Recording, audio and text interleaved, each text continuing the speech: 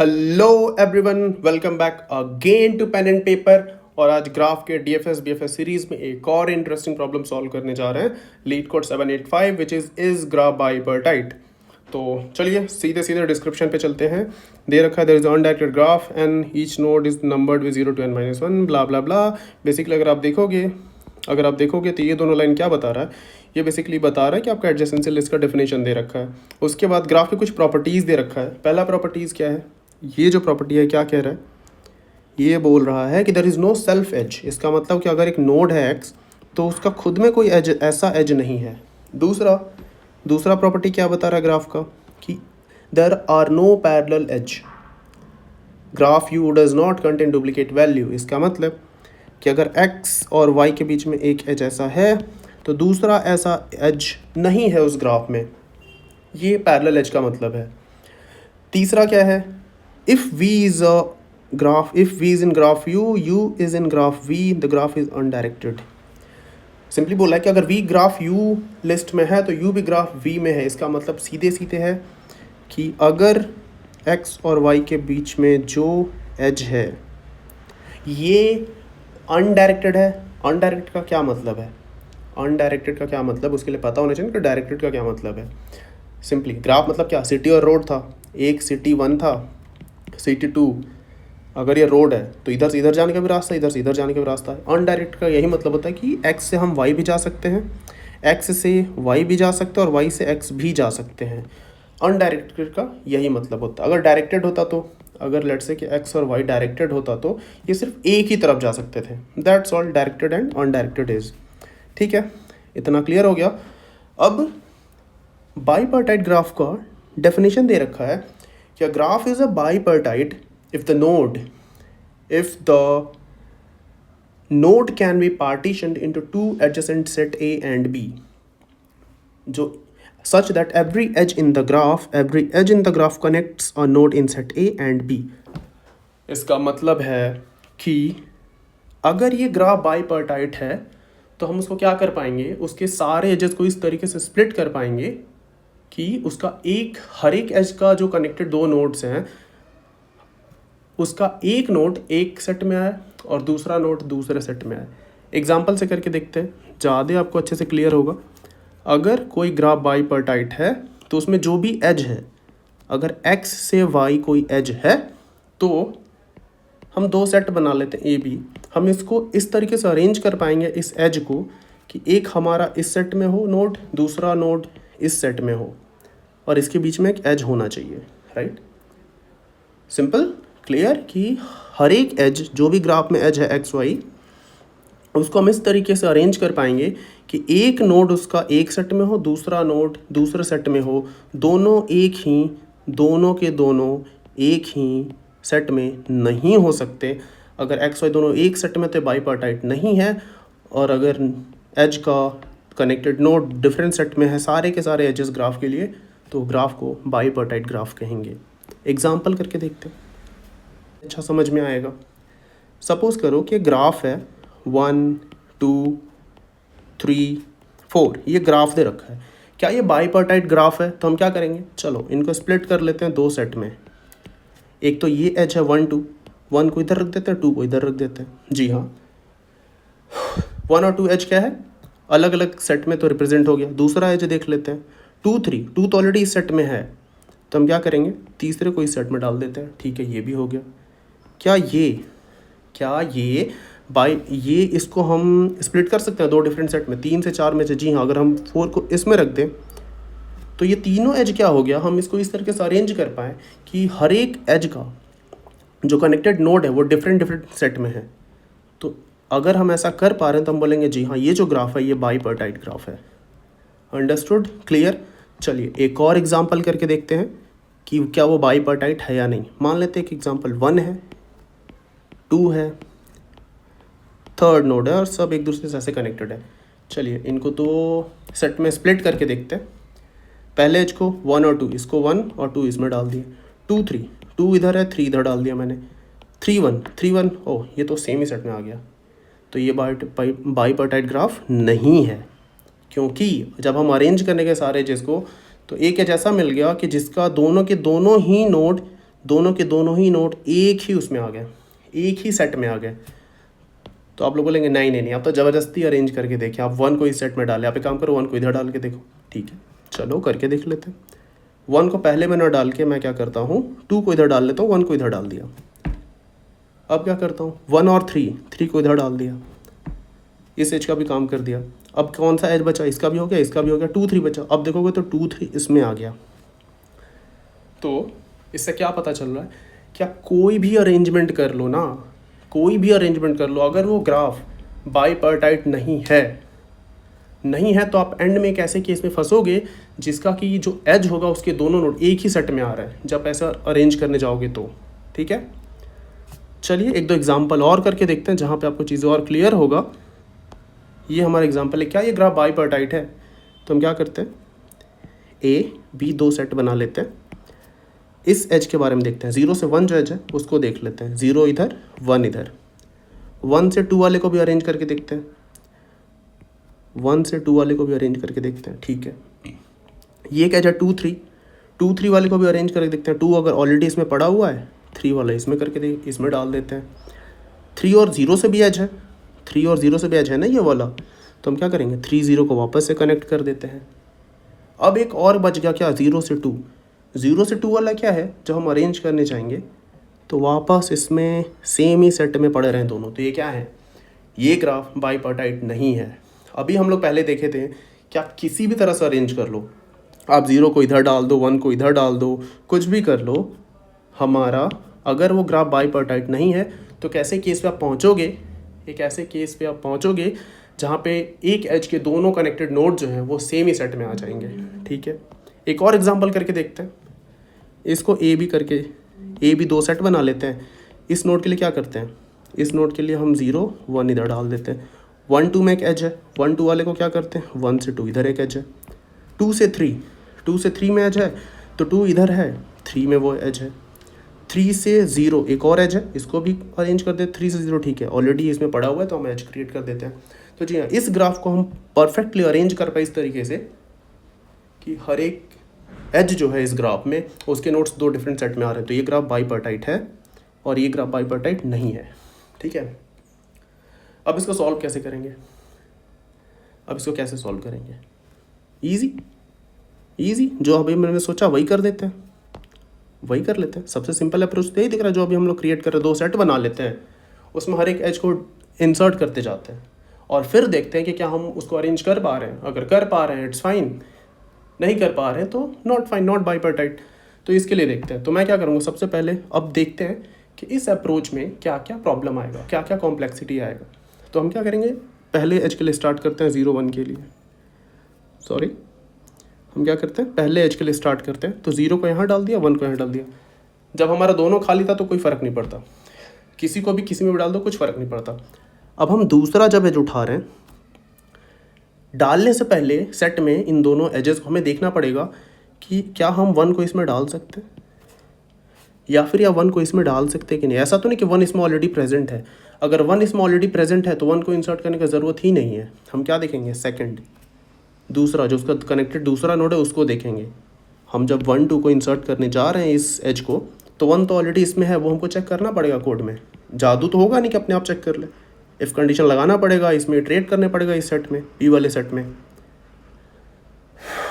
तो फिर 2 को देखेंगे कि क्या 2 इसमें एक और कंडीशन देखेंगे, फिर 1 इसमें है, कहीं 2 इसी में तो नहीं है। अगर इसी में 2 मिल गया तो हम बोलेंगे ग्राफ तो बाईपार्टाइट नहीं है। 2 इसमें नहीं है तो हम इसमें देखेंगे, अगर 2 ऑलरेडी इसमें है तो हमको ऐड करने की ज़रूरत नहीं है, अगर नहीं है तो 2 ऐड कर देंगे, राइट। ये सारे केसेस देखने पड़ेंगे हर बार, हर एक एज के लिए हमको क्या करने पड़ेगा। अब 2 3 को इंसर्ट करेंगे, 2 3 को इंसर्ट करने जाएंगे तो चेक करेंगे 2 कहीं पहले से तो नहीं है किसी में। अगर 2 पहले से है तो इट्स फाइन, 2 है तो देख लेते हैं, उसको कुछ इंसर्ट नहीं करते, वो तो उसी सेट में रहेगा। थर्ड को किस में इंसर्ट करें, इसमें या इसमें, हम चेक करेंगे क्या थर्ड इसमें पहले तो नहीं है। अगर होता तो बोल देते बाईपार्टाइट नहीं है, और इसमें देखेंगे 3 नहीं है तो उसको अपोजिट वाले सेट में इंसर्ट कर देंगे। देन 3 0 सिमिलरली देखेंगे 0 ऑलरेडी इसमें प्रेजेंट है। जब हम 2 और 0 इस वाले एज के लिए काम करने जाएंगे, 2 और 0 के लिए, तो देखेंगे वो 2 तो ऑलरेडी इस सेट में प्रेजेंट है, 0 भी उसी सेट में है, तो ये बाईपार्टाइट नहीं है। ये भी लॉजिक परफेक्टली काम करेगा, ये भी एक तरीका है करने का, ठीक है, बेहतरीन काम करेगा, ये एक्सेप्ट भी हो जाना चाहिए शायद मेरे ख्याल से, बट ठीक है। क्या ये बेस्ट अप्रोच है? खुद से पूछो, क्या बेस्ट अप्रोच है? ठीक है, कैसे? अब कैसे पूछे भाई खुद से? तो देखो, सीखो। हर बार मैं ग्राफ के प्रॉब्लम में क्या कहता हूँ, ग्राफ का प्रॉब्लम किससे सॉल्व होता है, ग्राफ को कैसे ट्रैवर्स कर सकते हो, या तो डीएफएस से या तो बीएफएस से। तो ये जो अप्रोच हम जो सॉल्व कर रहे हैं वो डीएफएस है या बीएफएस है? कौन सा अप्रोच है ये? ना तो डीएफएस है ना तो बीएफएस है। हम सिंपल 2 सेट बना के सारे एजेस को देख रहे हैं एडजेसेंसी लिस्ट में और इंसर्ट कर रहे हैं। तो भाई एक बार डीएफएस बीएफएस से भी ट्राई करके देख लेते हैं, क्या पता कुछ मिल जाए ढंग का। हमें करके देखते हैं, इसी के लिए करके देखते हैं, ठीक है, इसी एग्जांपल के लिए करके देखते हैं हम लोग। क्या इसको डीएफएस से ट्राई करें सॉल्व करने का? तो हो सकता है। तो डीएफएस के लिए क्या चाहिए हमको? एक सोर्स नोड चाहिए ना। तो हम क्या करते हैं, जो ए बी हम लोग जो अलग से सेट बना रहे हैं, ए बी सेट बना रहे हैं, हम क्या करेंगे, यहाँ से मान लेते हैं डीएफएस से स्टार्ट कर लेते हैं। बोल देते हैं कि ठीक है, इस नोड को मार्क कर देते हैं ए। मान लेते हैं कि ये ग्रुप ए में है, सेट ए में है। तो अब जो इससे जितने भी कनेक्टेड नोड्स हैं वो किस में होने चाहिए, ए में या बी में? अगर बाईपार्टाइट ग्राफ होगा तो इससे जितने भी कनेक्टेड नोड हैं वो सब बी में इंसर्ट होने ही चाहिए। तो इसका तो काम कर लिया, इसको हमने इटरेट कर लिया 0 को। अब यही काम हर एक नोड के लिए जाके देख लें कि ठीक है, अब 0 के बाद मान लो 1 पे आए, 1 पे देखें कि क्या जो इस, अगर ये बी में है तो क्या उससे जितने भी सारे कनेक्टेड नोड्स हैं क्या वो ए में हैं? अगर सारे के सारे ए में है तो हाँ भाई, ये भी बाईपार्टाइट का कंडीशन तो सेटिस्फाई कर रहा है। बट अगर इससे कनेक्टेड जो नोड्स हैं सेम ही सेट में है, सेम ही सेट बी में है, इसका मतलब वो ग्राफ बाईपार्टाइट नहीं है। तो अब मैं यहाँ पे देखूँ तो बी से कनेक्टेड कौन है? ए, जो कि ठीक है, इसका ग्रुप बी में है तो इसका ग्रुप ए है। अब जब हम सेकंड नोड पे आएंगे ना, इसका चाइल्ड सेकंड है, connected node, sorry not child in graph. तो इस नोड का जो सेट है वो बी है और ए का भी बी है। इसका मतलब ये एक ऐसा एज मिल रहा है, ये एक ऐसा एज मिल रहा है जिसमें कि दोनों के दोनों नोड सेम ही सेट में आ रहे हैं, इसलिए ग्राफ बाईपार्टाइट नहीं होगा। अब सेम चीज़ इस ग्राफ में करके देखते हैं, क्या हम इसे सॉल्व कर पा रहे हैं? तो ए, राइट, ए है। दूसरा इसमें जो भी इससे कनेक्टेड उनको बी मार्क कर देते हैं, फिर जो कनेक्टेड है उसको क्या करते हैं, अब जो इससे कनेक्टेड को हमने बी मार्क कर दिया, इसका विजिट कर लिया, इसको अब 1 को विजिट करके देखते हैं। इससे कनेक्टेड ए है, 2 किसी पे मार्क नहीं है तो 2 को हम क्या करेंगे, ए मार्क कर देंगे, क्योंकि बी से कनेक्टेड ए होना चाहिए, ठीक है। इसको भी मार्क कर दिया। अब ए पे आके देखेंगे, इसको ट्रैवर्स करेंगे, इसको विजिट करते हैं। तो 2 से कनेक्टेड बी है हमारा, बी का हमारा 1 है। अब 2 से कनेक्टेड 3 भी है, तो 3 वाले को हम क्या करेंगे, चेक करेंगे। अरे उस पर तो ऑलरेडी बी मार्क्ड है, क्योंकि जब हम ए पे थे तो इसको हम बी मार्क कर दिए थे, राइट। तो अगर ए है, 2 3 के बीच में एज है, 2 पे ए है तो 3 पे हमारा बी है। इसका मतलब कि हाँ, ये ग्राफ में हम परफेक्टली अरेंज कर पाएँ। किस तरीके से अरेंज कर रहे हैं, हम क्या लॉजिक फॉलो कर रहे हैं? हम सिंपल लॉजिक फॉलो कर रहे हैं कि अगर मैं जिस नोड पे हूँ अगर उसको मैं ए बोल रहा हूँ, मानता हूँ कि अगर वो सेट ए में है तो बाकी सब जितने भी उससे कनेक्टेड हैं नोड वो सेट बी में होने चाहिए। और ये जो कंडीशन है ये हर एक फॉर ईच नोड के लिए सही होना चाहिए, हर एक नोड के लिए सही होना चाहिए। अगर ग्राफ में गए उसको हम क्या करेंगे, सेट पे मार्क करेंगे, या तो उसको मार्क करेंगे, या तो क्या होगा, ग्राफ में जो हम इटरेट करने जाएंगे डीएफएस से या फिर बीएफएस से, तो या तो उस पर कोई सेट नहीं होगा, किसी सेट का पार्ट नहीं है, तो हम एक तो उसको सेट में ऐड करते जाएंगे, नहीं है तो बोल देंगे ठीक है, मान लो ए है, अब ए से जितने कनेक्टेड उनको बी बोल दूंगा, वापस अब इस पे जाऊँगा, ये मार्क बी है तो इससे जितने भी कनेक्टेड उनको मैं ए बोल दूंगा। बट हाँ, उससे पहले ये भी चेक कर लूँगा कि अगर यहाँ पे मैं गया, अगर मैं यहाँ पे गया, यहाँ पे हूँ, इस नोड पे हूँ और ये बी मार्क्ड है, तो इससे जितने भी कनेक्टेड हमारे जो नोड्स हैं उन पे बी एक पे भी नहीं होना चाहिए। अगर एक पे भी आ रहा है, इससे कनेक्टेड अगर कोई ऑलरेडी है जिसपे कि बी ऑलरेडी मार्क्ड है पहले से कैसे मार्क हो सकता है कि वो एक्स से कनेक्टेड था। तो अगर ये ए था तो इसको बी मार्क किया था, इस ए पे जब मैं गया तो उसके बाकी सबको बी मार्क कर दिया था। फिर अब मैं बी पे जा रहा हूँ तो देख रहा हूँ कि ये भी इससे कनेक्टेड है, ए से भी कनेक्टेड है और बी से भी कनेक्टेड है, तो ये ग्राफ बाईपार्टाइट नहीं होगा, ठीक है। तो सिंपल कंडीशन ओवरऑल जो हमको करना है, हर एक नोड पे जाकर चेक करना है कि अगर वो एक्स ए से मार्क्ड है, अगर वो नोड ए से मार्क्ड है तो उसके सारे कनेक्टेड नोड बी से मार्क्ड होने चाहिए। अगर ये कंडीशन सेटिस्फाई हो रहा है तो बाइपार्टाइट है, नहीं सेटिस्फाई हो रहा तो नहीं है। सिंपल। क्या चेक करना, फिर से रिपीट कर रहा हूँ, जिस नोड पे गया अगर वो ए से मार्क्ड है तो उसके जितने भी कनेक्टेड नोड हैं वो बी से ही मार्क्ड होने चाहिए। ठीक है, ये तो हमने डिसाइड, लॉजिक हमारा क्लियर हो गया। इसको इम्प्लीमेंट कैसे करेंगे? अब हमारे पास ऑप्शन है डीएफएस से इम्प्लीमेंट करने का या फिर बीएफएस से इम्प्लीमेंट करने का। अब हमने देखा था डीएफएस क्या होता है, एक नोड पे गए हैं, फिर दूसरे नोड पे गए हैं, फिर तीसरे नोड पे गए हैं, ऐसे डेप्थ में घुसते जाते हैं, दैट इज़ डीएफएस। बीएफएस क्या होता है, एक नोड पे गए, उसके जितने सारे कनेक्टेड हैं उनको एक साथ प्रोसेस किया, उसके बाद इनसे जो जितने कनेक्टेड हैं इन सबको एक साथ प्रोसेस किया। तो अगर लेवल बाय लेवल प्रोसेस कर रहे हैं तो उसको हम बीएफएस करते हैं। और हाँ, क्या इसको हम अब कैसे डिसाइड करेंगे डीएफएस से हो सकता है कि नहीं या बीएफएस से हो सकता है कि नहीं? हमको करना क्या है भाई, बस ये सोचो, सिंपल इसी को देखें। अगर मैं इस नोड पे हूँ, इसको मार्क किया ए, तो मेरे को उसके एडजेसेंट जितने भी नोड हैं उनको बी से मार्क करना है। तो या तो मैं एक साथ सबको कर दूं या फिर एक एक करके भी करूं, क्या फ़र्क पड़ेगा? इसको ए था, इसको बी था, इसको ए मार्क किया, इसको बी मार्क किया, फिर इससे कनेक्टेड वाले को ए मार्क किया, फिर इससे कनेक्टेड वाले को बी मार्क किया, ऐसे भी हो जाएगा। दूसरा तरीका क्या है, दूसरा कि भाई हम इसको बी एफ एस से भी तो कर सकते हैं। मैंने बोला ठीक है, इसको ए मार्क किया तो उससे जितने कनेक्टेड है सबको एक साथ बी मार्क कर दो। फिर क्या करो, इनसे जितने जो कनेक्टेड है उनको वापस से ए मार्क कर दो, ऑल्टरनेट मार्क करते जाओ। तो हम इस प्रॉब्लम को देखें तो डीएफएस से भी कर सकते हैं, बीएफएस से भी कर सकते हैं, क्योंकि हमको करना क्या बेसिकली, एक नोड पे मार्क करना है, उसके एडजेसेंट को दूसरे सेट से मार्क करना है। तो इस प्रॉब्लम को दोनों तरीके से ही करा जा सकता है। पिछले वीडियो में ही मैंने बताया था कि अगर प्रॉब्लम को डीएफएस से भी करा जा सकता है, बीएफएस से भी करा जा सकता है, तो डीएफएस का कोड थोड़ा सिंपल और क्लीन दिखता है। ठीक है, तो हम इस प्रॉब्लम को डीएफएस से करने का सॉल्व करेंगे और इसका सूडो कोड लिख के देखते हैं। सूडो कोड क्या होगा, डीएफएस से करेंगे, कैसे लिखें?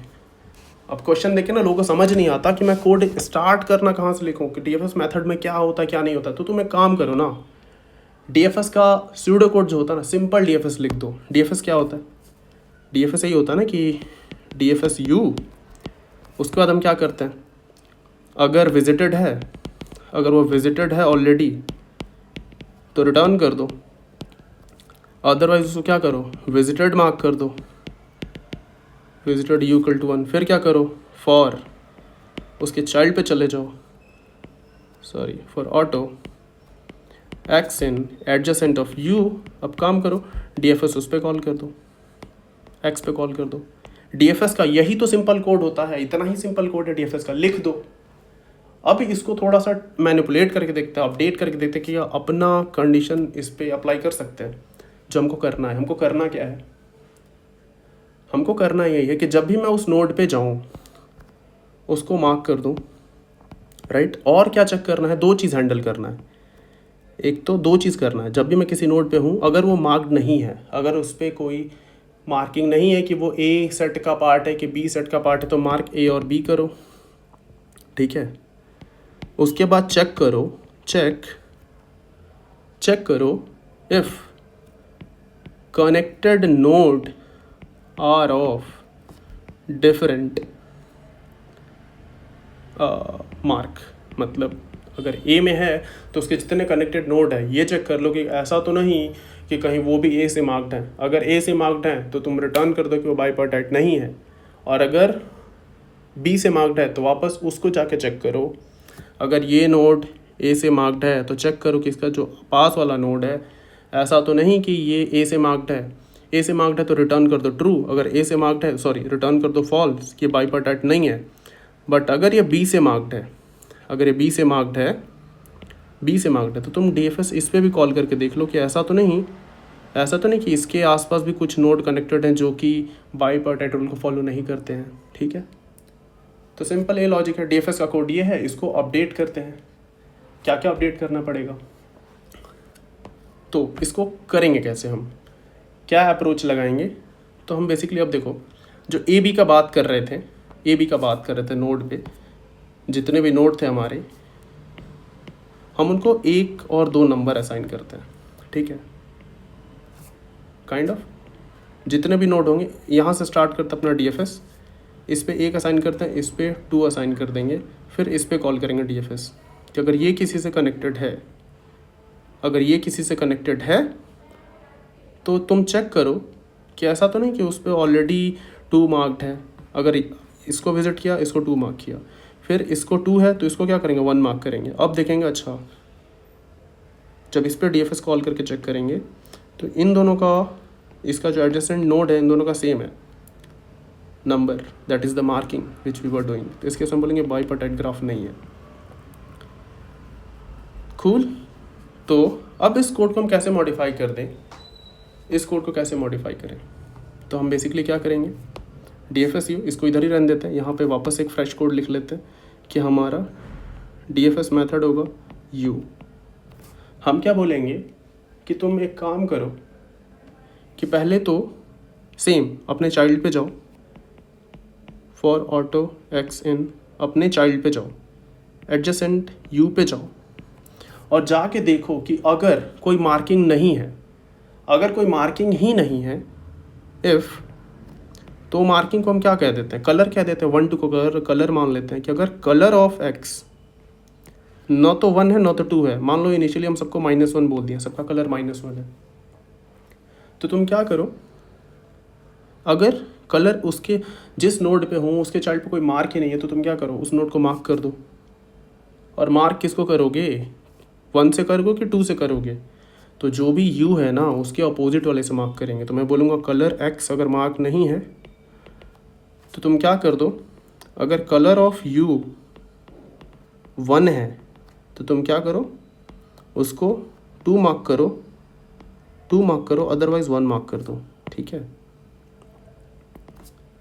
उसके बाद से क्या चेक करेंगे, अब मार्क करने के बाद तुम उस पर DFS कॉल करके देखो, DFS कॉल करके देखो इफ़ DFS ऑफ x, अगर ये क्या रिटर्न कर रहा है, अगर ये फॉल्स है, अगर ये फॉल्स है तो तुम क्या करो रिटर्न फॉल्स कर दो, रिटर्न फॉल्स करो। ये क्या कर रहा है, अब बेसिकली ओवरऑल हमारा DFS मेथड कर क्या रहा है, जब हम बोल रहे हैं कि तुम जाके चेक करो कि बाइपार्टाइट है कि नहीं, तो हमारा सिंपल DFS जो मेथड है हमको पता होना चाहिए अपने DFS मेथड से क्या करवा रहे हैं। तो DFS को हम एक नोड दे रहे हैं, तुम बोलो कि या तो जाके देखो कि इससे जितने कनेक्टेड नोड हैं क्या वो डिफरेंट मार्क हैं कि नहीं है। ठीक है, बस यही कर रहा है DFS हमारा मेथड।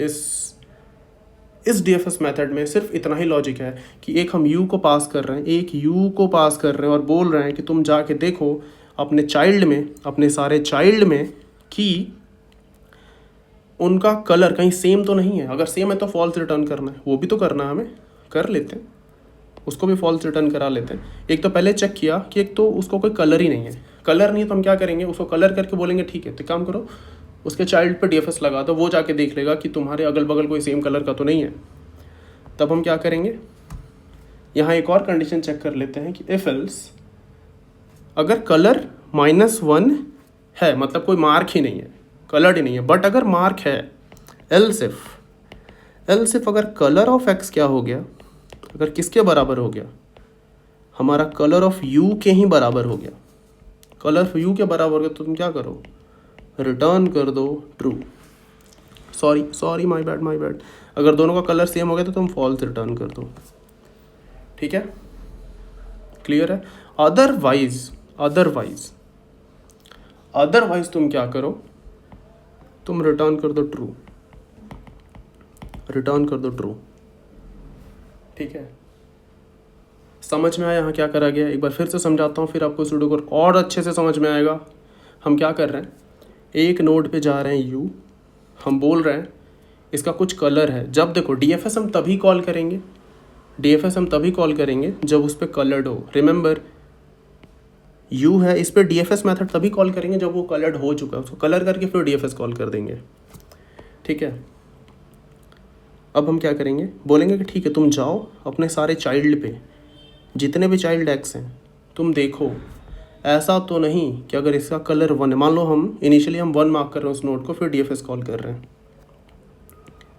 हम बोलेंगे कि ठीक है तुम जाओ अपने सारे चाइल्ड पे देखो, ऐसा तो नहीं कि वो भी 1 मार्क्ड है। अगर ये 1 मार्क्ड हैं, अगर ये 1 मार्क्ड है तो तुम फॉल्स रिटर्न कर दो। वही केस को यहाँ हैंडल करा गया है, समझो उसी केस को यहाँ पे हैंडल करा गया है। दूसरा कि हो सकता है कि इसका जो एज, इसका जो नोड है, कनेक्टेड नोड है, वो कोई कलर ही नहीं है, उसमें -1 है। अगर -1 है तो तुम क्या करो, इसको इसके अपोजिट वाले से मार्क कर दो। अगर ये 1 है तो इसका कलर 2 कर दो, फिर इस पर DFS कॉल करके देखो कि क्या ये भी सेटिस्फाई करता है, क्या इसके आसपास के सारे नोड इसके अपोजिट वाले कलर से मार्क्ड है कि नहीं।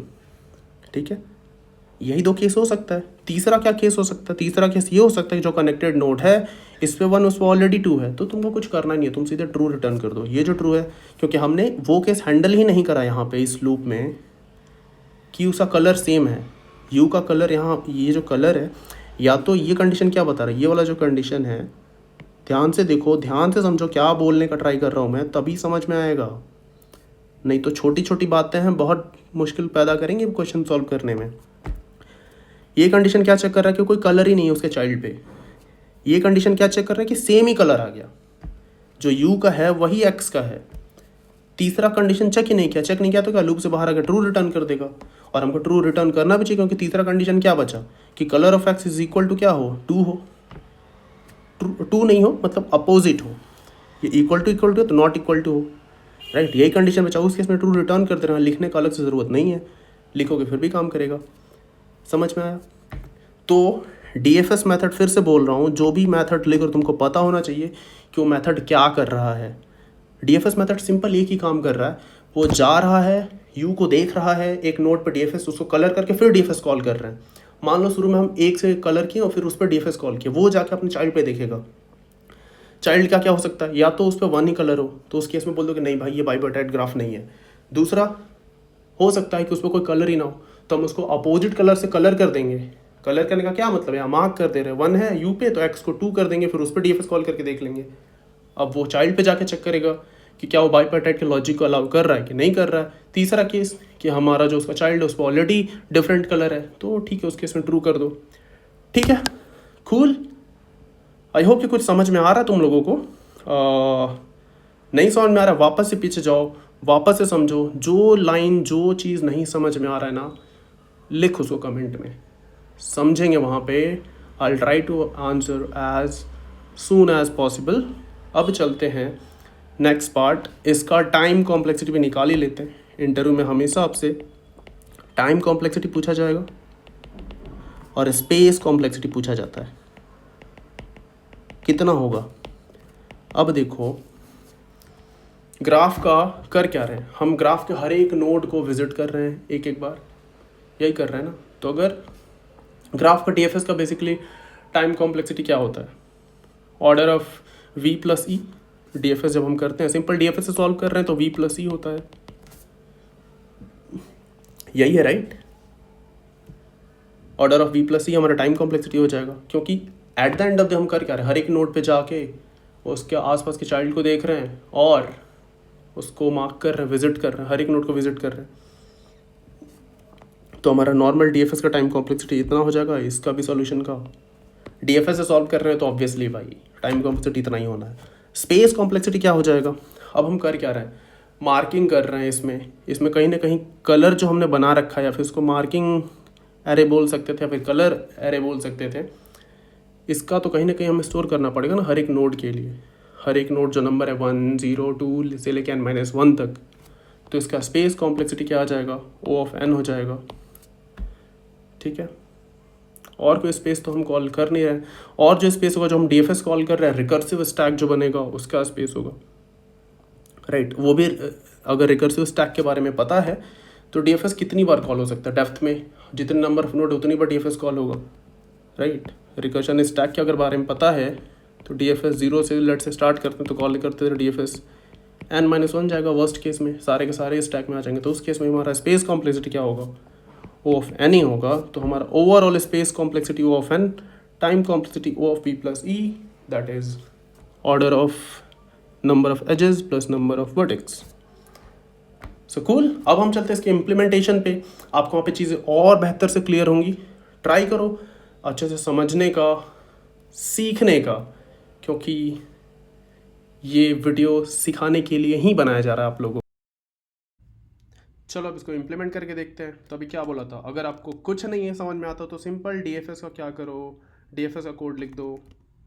डीएफएस हमने क्या लिखा था, इंट यू, राइट। डीएफएस का कोड लिखो और फिर मैंने क्या बोला था कि सबके चाइल्ड पे जाओ, उसके चाइल्ड पे जाओ for auto x in ADJ of you, उसके चाइल्ड पे जाओ, चाइल्ड पे जाके देखो कि इफ़ अगर उसका कलर जो है, जो कलर है उस चाइल्ड का कलर ही क्या है, -1 है, मतलब कलर ना 1 है ना 2 है, तो तुम क्या करो, उस पर डीएफएस कॉल करके देखो। उससे पहले क्या करो, तुम उसको कलर क्या करो, मार्क कर दो। किसका, चाइल्ड का कलर क्या करो, किससे मार्क करोगे, क्या बोला था, किससे मार्क करोगे, जो भी कलर है हमारे यू का जिससे वो कनेक्टेड था, जिसके बाद इसको कॉल करा गया है, अगर उसका कलर 1 है तो तुम क्या करो, उसको 2 मार्क कर दो, अदरवाइज 2 है तो 1 मार्क कर दो। ये कंडीशन हैंडल कर लेगा, टर्नरी ऑपरेटर पता होगा। उसके बाद बोलो कि अगर सेम काम करो उस बच्चे के लिए, उस एक्स के लिए, अगर जो कनेक्टेड नोड एक्स था उस पर डीएफएस कॉल करके देखो, अगर वो फॉल्स है इसका मतलब कि हमें यहाँ पे रिटर्न फॉल्स करना है, ठीक है।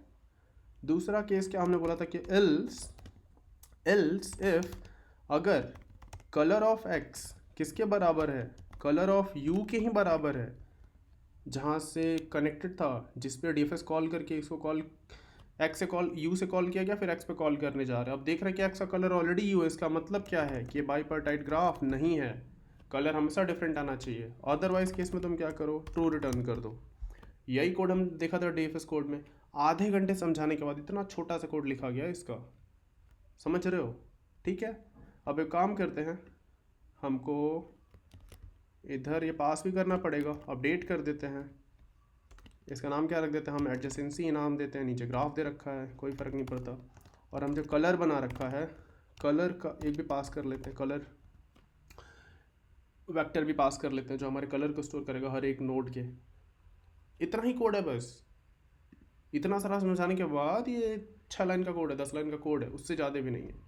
अब एक और चीज़ नोटिस करने के बाद, इन्होंने बोल रखा है ग्राफ क्या है, कनेक्टेड नहीं हो सकता है, तो सिर्फ डीएफएस 0, सिर्फ क्या करेंगे, डीएफएस 0 करने पे काम नहीं बनेगा, हमको क्या करना पड़ेगा, हर एक कनेक्टेड नोड पे जाने पड़ेगा, मतलब हर एक नोड पे चले जाओ, हर एक नोड पे जाकर डीएफएस कॉल करना पड़ेगा, ठीक है।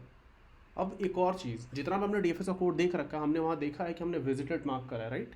एक विजिटेड एरे रखते थे, तो विजिटेड का काम क्या होता है, डीएफएस मेथड में विजिटेड का काम क्या होता है, विजिटेड सिर्फ और सिर्फ एक ही चीज़ हैंडल करता है हमारा, कि अगर वो नोड विजिटेड हो गया है तो दोबारा उस नोड को विजिट मत करो, ठीक है। तो क्या वही काम यहाँ कलर से तो हम कर रहे हैं, सेम काम कलर से अचीव कर रहे हैं। जब हम कर क्या रहे हैं, हम यू पे जा रहे हैं, उसको कलर कर दे रहे हैं। अगर यू पे जा रहे हैं, अगर वो कलर नहीं है तो हम उसको क्या कर रहे हैं, कलर कर दे रहे हैं।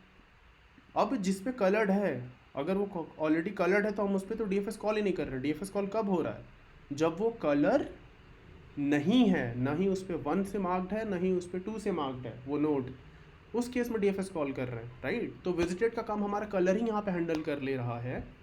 तो अब हम यहाँ करेंगे, पहले तो ग्राफ का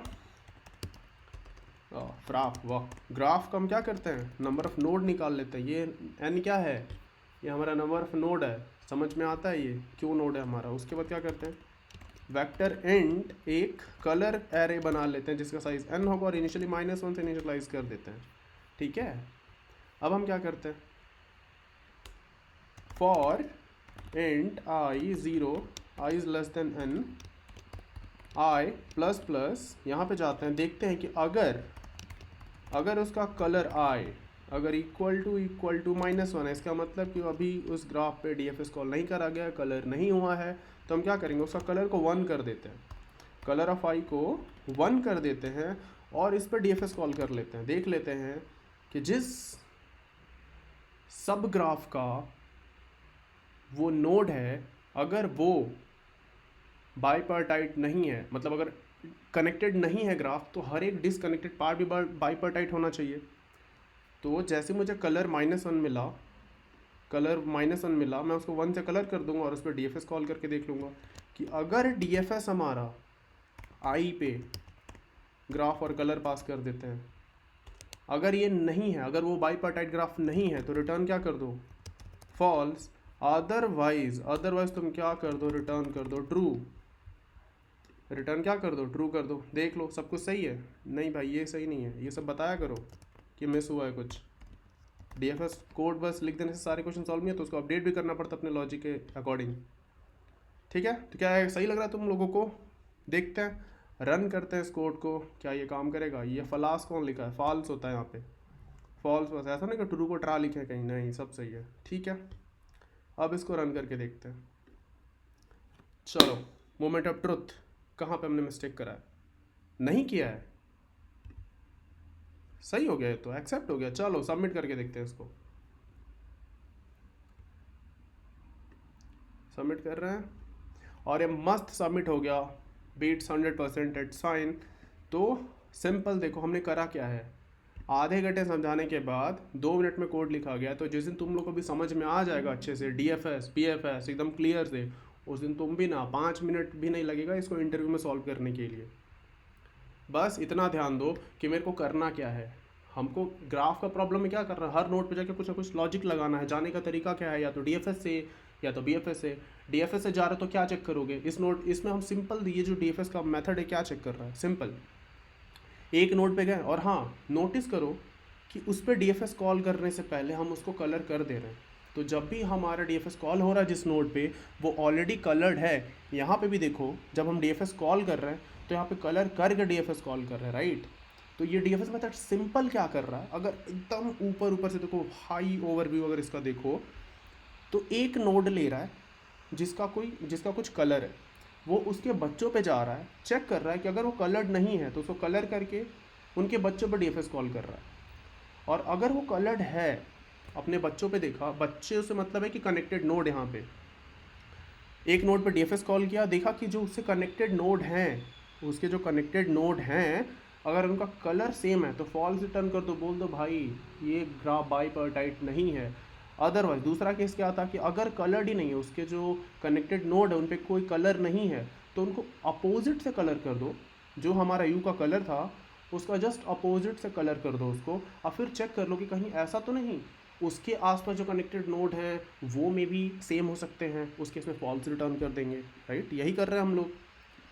तो सिंपल, अगर आपको इतना समझ में आ रहा है कि एक नोड पे हम क्या चेक कर रहे हैं कि उसके जो आसपास के जो कनेक्टेड नोड्स हैं उनका कलर अगर सेम है तो फॉल्स रिटर्न कर दे रहा है, और अगर डिफरेंट है, अगर 1 है तो या तो सेम कलर होगा उनके कनेक्टेड नोड पे, या फिर कोई कलर ही नहीं होगा, या फिर डिफरेंट कलर होगा।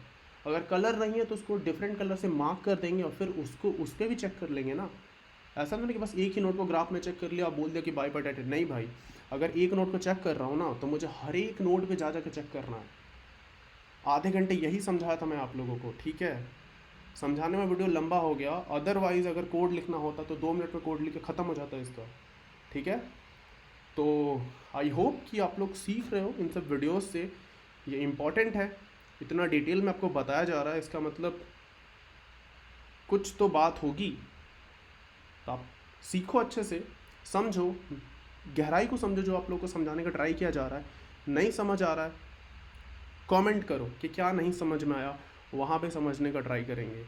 और इसके अलावा और भी कोई प्रॉब्लम है, जो ग्राफ का प्रॉब्लम है जो आपसे नहीं बन रहा है, आप कमेंट सेक्शन में डालो, will try to solve it अगर टाइम अलाउ करता है तो। चलिए मिलते हैं तब तक नेक्स्ट वीडियो में, टेक केयर, बाय।